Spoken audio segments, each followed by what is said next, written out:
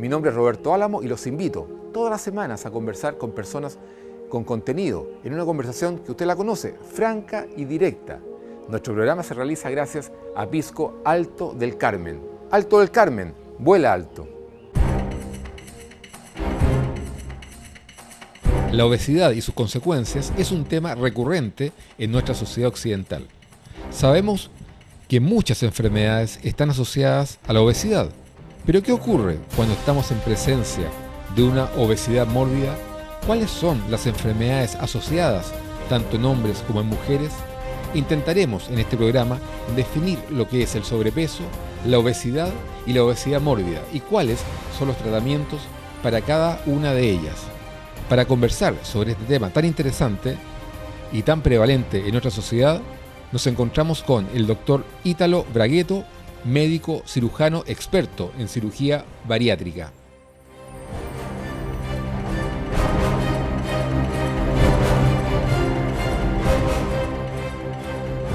Ok, doctor, gracias por estar en el programa. Roberto me invita a conversar sobre un tema tan sensible como es la obesidad mórbida y las cirugías que se aplican para este problema. Pero me gustaría partir por el comienzo. ¿Qué es la obesidad? ¿Qué es el sobrepeso? ¿Y qué es la obesidad mórbida? ¿Cuál es la diferencia? Gracias por la invitación y la oportunidad de difundir este tema a la comunidad, ¿no es cierto? Esto parte por definiciones y tenemos que definir hasta dónde es el límite normal y de ahí qué es el sobrepeso y la obesidad. Y se establece dada una fórmula estudiada y consensuada que correlaciona el peso del individuo por la masa corporal. ¿Ya? Y esa fórmula establece que lo normal es hasta 25. Hay un rango de 18 hasta 25. A ver, por ejemplo, una persona que mide 1,86 m, como en mi caso. Claro, usted... ¿Cuánto debería pesar yo?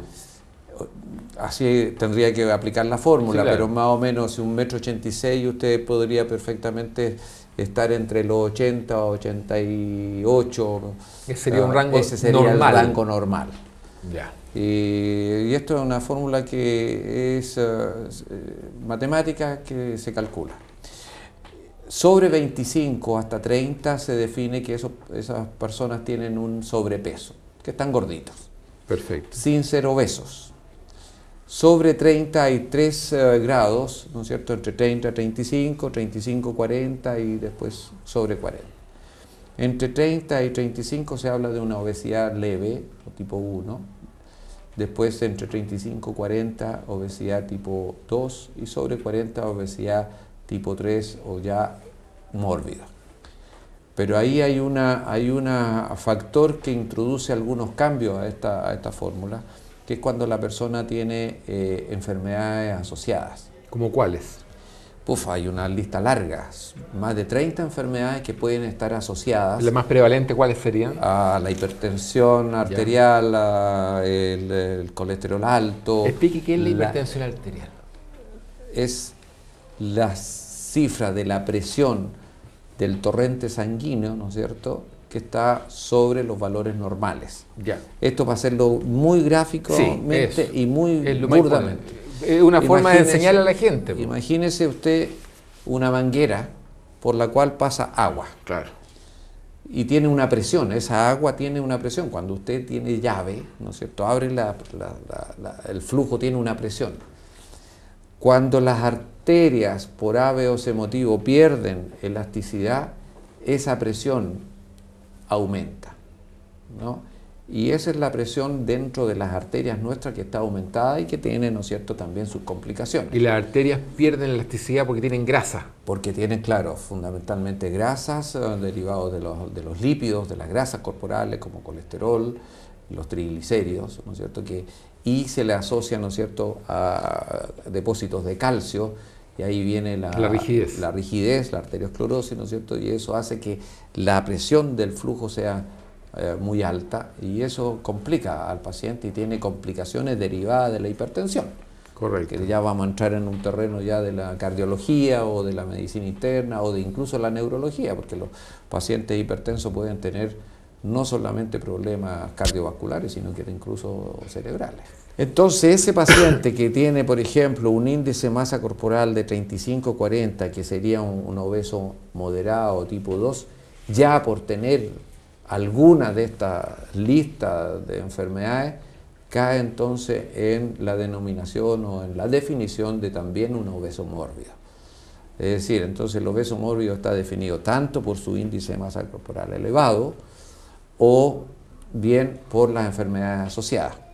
Y como le digo, de esto hay muchas: la hipertensión, la diabetes, la dislipidemia, el reflujo gastroesofágico, la colelitiasis, en las mujeres la infertilidad, y etcétera.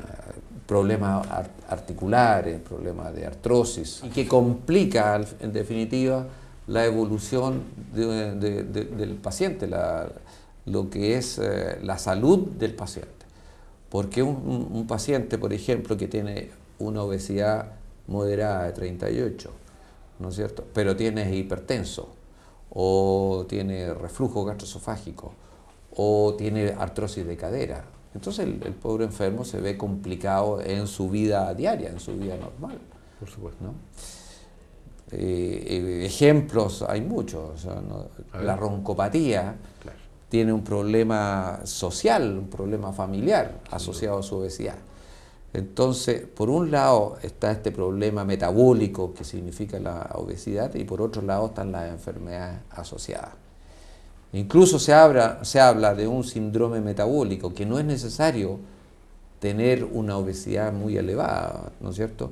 Pero si tiene estas condiciones se habla más bien de un síndrome metabólico. Y que uno con un tratamiento quirúrgico, porque el tratamiento médico en un 70% fracasa, y quizás más fracasa, ¿no es cierto?, reduce el peso, y este síndrome metabólico de la hiperglicemia, de la hipertensión, del hígado graso, del colesterol, etcétera, mejora, ¿no? Así, ¿eh? Claro, y mejora la evolución a largo plazo, el pronóstico de vida del paciente, ¿no?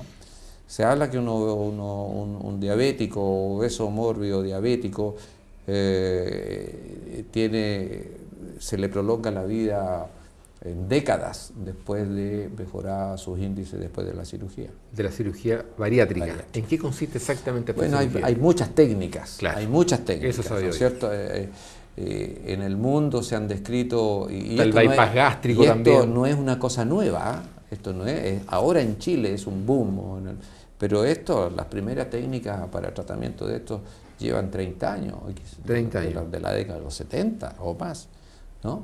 Más. Y todo eso se hacía por cirugía abierta. ¿Por qué? Porque en Estados Unidos esto es un problema que empezó mucho antes de lo que lo estamos viviendo nosotros acá. ¿Pero en qué consiste exactamente ahora, la cirugía bariátrica? Como le digo, han habido a lo largo de técnica, toda por lo menos, esta que usted evolución. desarrolla. Sí, yo le voy a hacer ¿Sí? un resumen. ¿Sí? Hay cirugías tratamientos que van de lo menos invasivo a lo más invasivo. Una de las técnicas que estuvo muy en boga y se popularizó aquí en Chile fue la colocación de una banda gástrica, que se publicaron en revistas, en programas de televisión, y que consistía en poner un anillo de silicona alrededor un poco más abajo de la unión entre el esófago y el estómago, y eso apretaba, y al paciente tenía que comer menos, poco y nada, porque tenía que tragar líquido. Yo discutí siempre que eso era antifisiológico. Me negué rotundamente a colocar banda. Mis colegas cirujanos en los congresos me dijeron que yo... Está echando a perder el negocio. Y yo iba a perder plata, así me dijo, iba a rendirte. Y tengo que decirlo, que el tiempo me dio la razón, porque muchas de esas bandas se están retirando. Fueron un fracaso, provocaron complicaciones, me peleé con mis colegas en los congresos.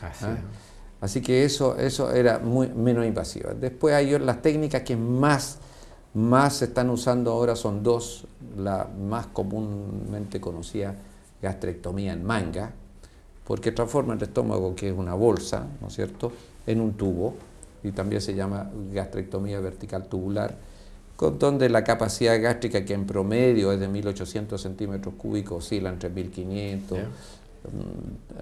El estómago no es rígido, es una bolsa muscular que tiene capacidad de dilatación y de de recibir, receptar alimentos. Por supuesto.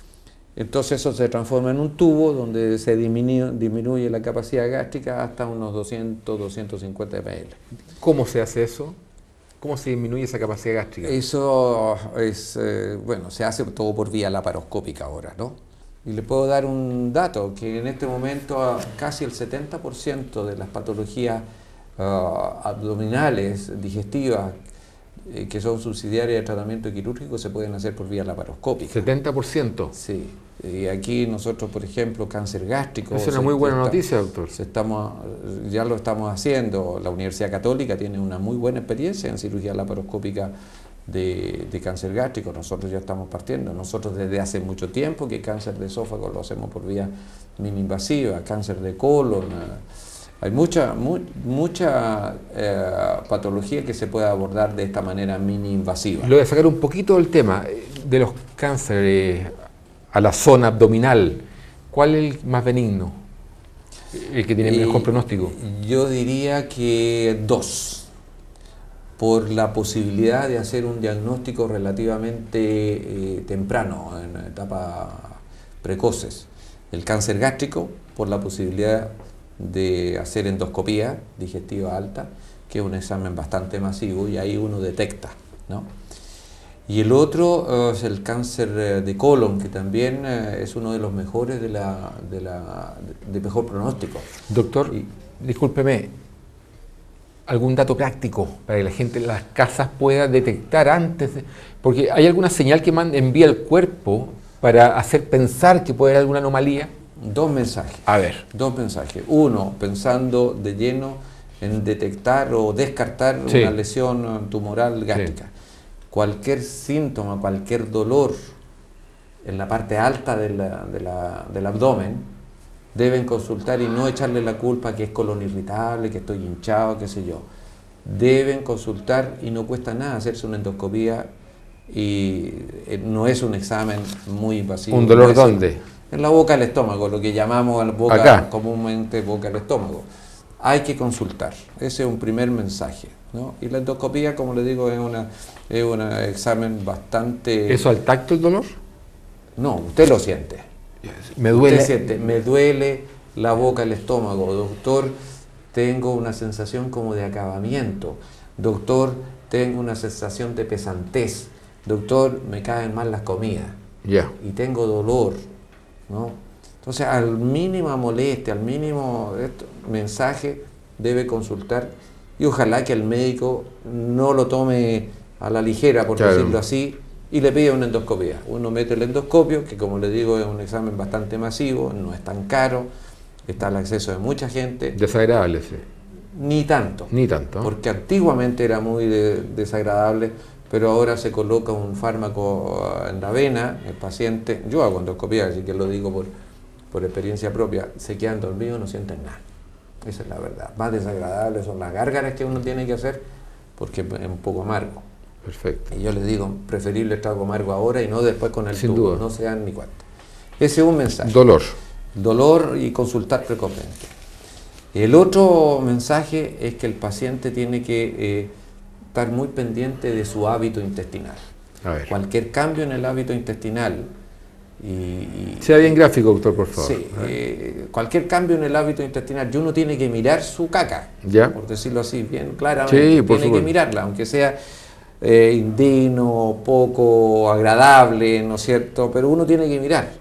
Entonces, cambio en el hábito intestinal, en la frecuencia de las deposiciones, en la forma de las deposiciones, si tiene mucosidades, si tiene sensación de que cuando va al baño y como que no evacúa bien y como que algo le queda, es otro síntoma que tienen que parar la oreja y consultar. Ya. Y eso significa también un examen proctológico, un examen, eso no es tan agradable, claro. Pero la colonoscopía también los pacientes se adormentan, no sienten nada y uno puede hacer un diagnóstico relativamente precoz. Y el cáncer de colon también tiene buen pronóstico porque es uno de los que más responde tanto a la quimioterapia como a la cirugía, a los tratamientos adyuvantes que tiene.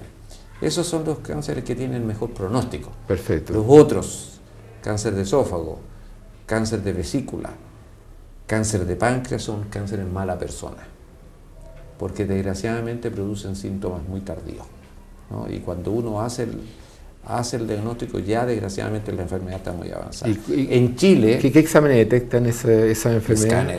El escáner. Una tomografía computada.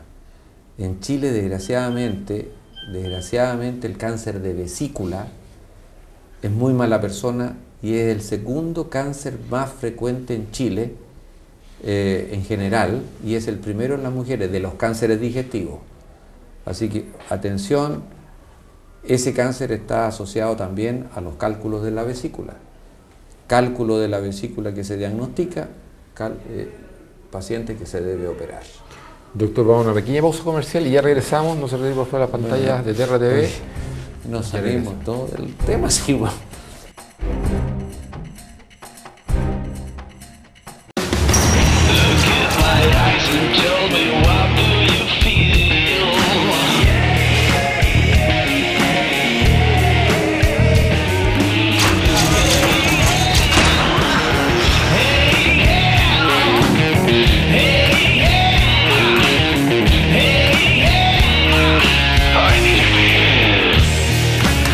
Si te cambia la perspectiva, ves lo que realmente importa. Alto del Carmen. Vuela alto.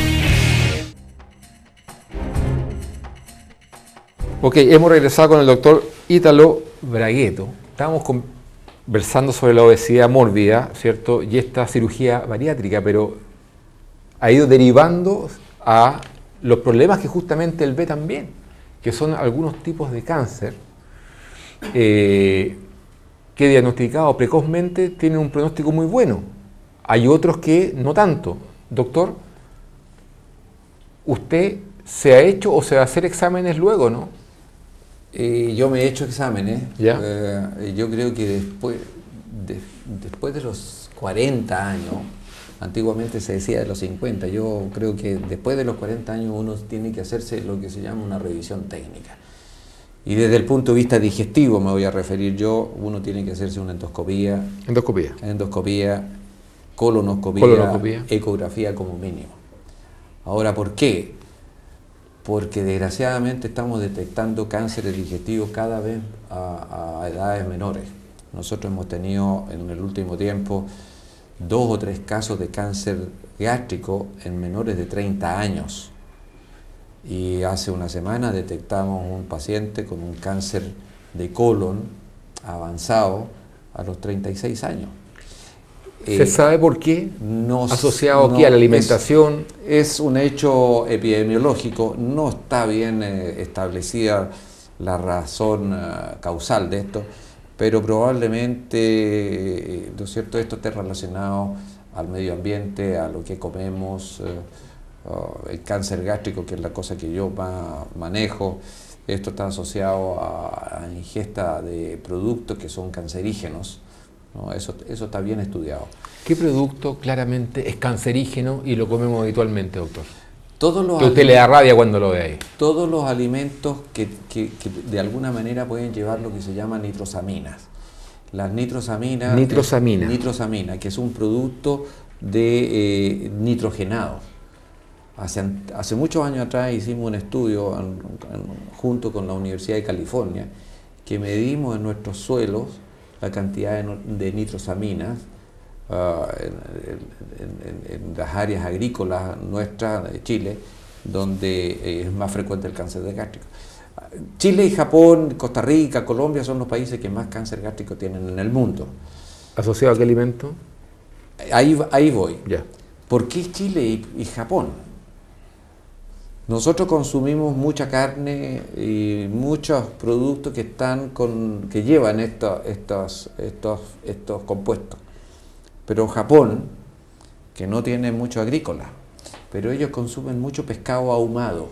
Pescado ahumado. Entonces, el pescado ahumado también lleva nitrosamina. Nosotros comemos más asado, carne asada, y que puede llevar, ¿no es cierto?, estos productos nitrogenados. La carne asada.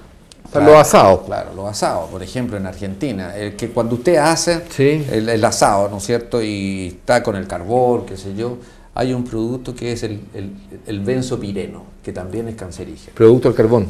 del humo, Del humo. de la quemadura, de la brasa.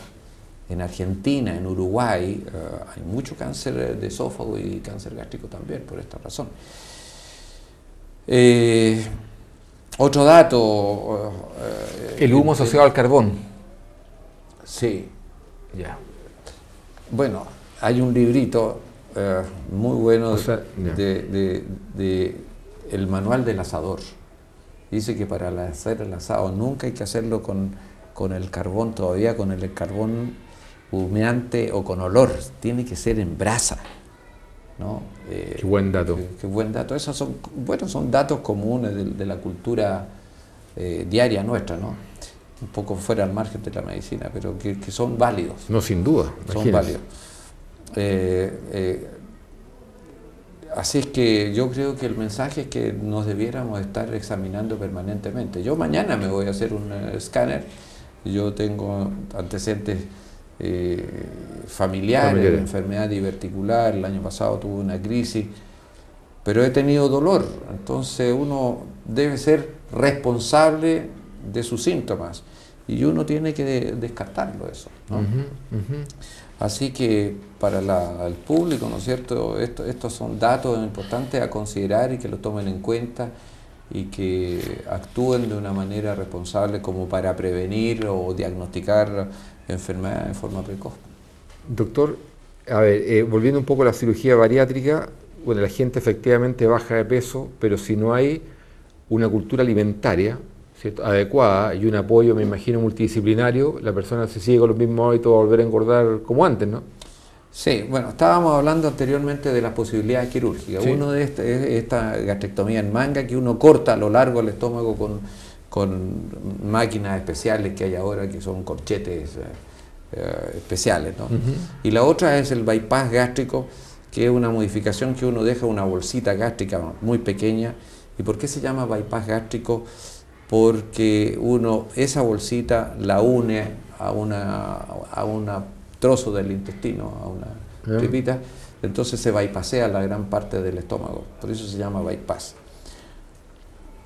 Cualquiera de las dos técnicas pueden reganar peso después, tanto la gastrectomía en manga, ¿no es cierto?, como el bypass. Una puede empezar a reganar peso más precozmente que la otra. Más o menos la manga gástrica empieza a reganar peso más o menos al 5º año. Pero no todos los pacientes, un 30% de los casos. Así es. El bypass también puede reganar peso, pero un poco más tardío porque es una cirugía que controla mejor los mecanismos por el cual uno regana peso. Pero también nosotros lo hemos observado al 8º, 10º año. Ahora, yo he hecho estudios con mi grupo que en quienes rebota, en quienes fracasa la cirugía. Yo siempre digo que hay 5 los pilares del éxito para esta cuestión. Okay. La cirugía sola no es. Uno es la cirugía. Otro es la adherencia, la responsabilidad del paciente a seguir sus controles, no solamente con el cirujano, sino con el equipo multidisciplinario. ¿Qué significa? Control dietético, control de ejercicios, el apoyo del kinesiólogo o del personal training, Fundamental del ejercicio es fundamental, fundamental. Los fármacos, porque toda esta cirugía de alguna manera afectan la adquisición de lo que nosotros necesitamos para sobrevivir, para vivir normalmente, las vitaminas, que hay que tomarlas. Hay que prevenir la caída del pelo, por ejemplo, hay que prevenir la anemia, hay que prevenir... Me lo dice un poco tarde, doctor. Pero porque las vitaminas son buenas. Pero por supuesto, Así es. por supuesto. Las vitaminas, usted las necesita, yo las necesito, todos las No necesitamos. basta con los alimentos, aunque uno tenga una dieta equilibrada, no basta con eso. No, sí, si usted consume bien, basta. Ya. Pero estos pacientes, como no tienen una buena absorción, Correcto. necesitan de suplementos. La vitamina. ¿Me entiende? Ahora, volvamos a su pregunta. Sí. ¿En quiénes reganar peso? Vamos en el 4º factor. Y el 5º factor, que es muy importante, es el apoyo psicológico o psiquiátrico si es que el paciente lo necesita. Porque la enfermedad de la obesidad tiene un componente ansioso, angustioso, muy importante. Y tiene un componente que no solamente de la parte psíquica, sino que también social. Por supuesto. Y eso tiene que manejarlo un experto. Y entonces, Entendiendo, ahí están los 5 entendiendo pilares. que la obesidad es un trastorno mental. En muchos pacientes sí. Muchos pacientes matan su ansiedad comiendo. Las mujeres sobre todo. Y los hombres, a mí he tenido fracaso en la cirugía porque la mujer se puede poner dulcera, picotera, es decir, andan comiendo dulcecitos, chocolatitos, por ansiedad. Ratito por ansiedad, o comen de a poquitito, qué sé yo, se hacen autolesas, y como aprenden a comer, como tienen el estomaguito chiquitito, empiezan a comer de a poquitito, a cada ratito, Claro. y empiezan a reganar peso. Y los hombres pueden caer en alcoholismo. Entonces, el apoyo del psicólogo es fundamental. Ahí están los 5 pilares. Entonces, ¿en quién recae? En este porcentaje son aquellos que no se controlan, que no van al cirujano, que no van al dietista, que les da flojera hacer los ejercicios, etc. Entonces uno tiene que estar un poco encima de ello y estimulándolo, ¿no es cierto? Fue a hacer los ejercicios, se controló, qué sé yo, y de esa es la manera. Yo, como les digo, el 30% de malos resultados que se ven y que se ha dicho en los programas de televisión es porque los pacientes no se controlan. Doctor, los hábitos alimentarios. Los chinos tenemos pésimos hábitos alimentarios, ¿no? Desgraciadamente sí, yo me Sí, incluyo en uno de Todos ellos. nos incluimos, también. porque usted habló que nos autoengañamos. Todos nos autoengañamos un poco, ¿no? El problema, ¿sabe?, es que estamos viviendo en una sociedad... Por la ansiedad, dice usted, ¿no? Vivimos en una vorágine y eso nos afecta. A ver, qué interesante el tema, porque ya un aspecto sociológico que me interesa. Vivimos en una vorágine y desgraciadamente el desarrollo va asociado a esto. Nuestros antiguos antepasados, ¿no es cierto?, comíamos probablemente mucho, comíamos verduras, carne, incluso carne cruda, etc. Y no eran obesos. ¿Por qué? Porque resulta que tenían que conseguir su alimento, trabajar la tierra, y qué sé yo, entonces lo que consumían lo gastaban.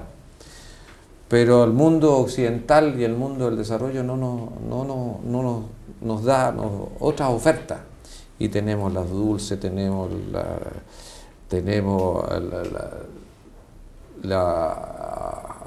el alcohol, los chocolates, la comida chatarra, qué sé yo.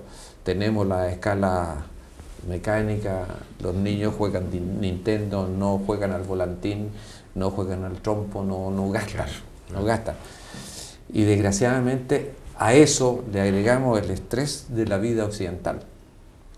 ¿No es cierto? Usted toma desayuno, lo más probable es que no almuerce, se toma el desayuno, se come un sándwich a la rápida, sigue trabajando en la tarde, llega cansado a su casa, como llega con hambre, se pega la panzada, por decirlo de esa manera, y se va a dormir, porque está cansado. Claro.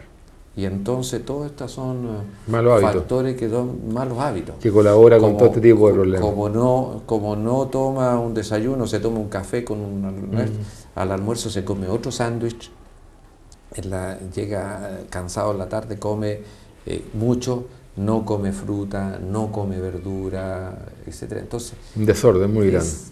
Es muy malo. Y uno se incluye, yo me incluyo. Yo soy cirujano, salgo de la mañana temprano de mi casa, me tomo un desayuno, que mi señora me lo prepara lo más normal posible, y me llevo mi colación. Pero tengo que seguir trabajando. Por supuesto. Y llego en la noche cansado, y ahí que esa es mi principal comida, cuando debiera ser al revés. Al revés. Y claro, me acuesto cansado y todo eso se va adquiriendo, ¿no es cierto? Se transforma en grasa, en definitiva. Yo esta cuestión de la obesidad le hago una comparación con el avaro y el botarata, ¿no es cierto? El avaro, ¿no es cierto?, gana, trabaja y gana harta plata y gana un montón, y tiene un montón, y gasta poquito. Entonces todo lo que gana el cuerpo en comer, y si no lo gasta, lo ahorra, pero lo ahorra no en plata, sino que lo ahorra en grasa, en calorías. Hipertensión, diabetes y todo lo que implica, ¿no? En cambio, debiéramos ser al revés, debiéramos ganar poco y ser botarata, de tal manera de mantenernos. Ese es un buen dato para mi director, Luis Zúñiga. Ok, doctor, muchas gracias por haber estado en el programa. Y más adelante seguimos conversando un tema tan interesante como este, ¿le parece? Yo le agradezco la oportunidad, perdonen la manera así un poco. No, sí, esa es la idea. Espontánea. Esa es la idea, que sea lo más natural posible. Muchas gracias, doctor. De usted nos despedimos hasta la próxima semana. Muchas gracias.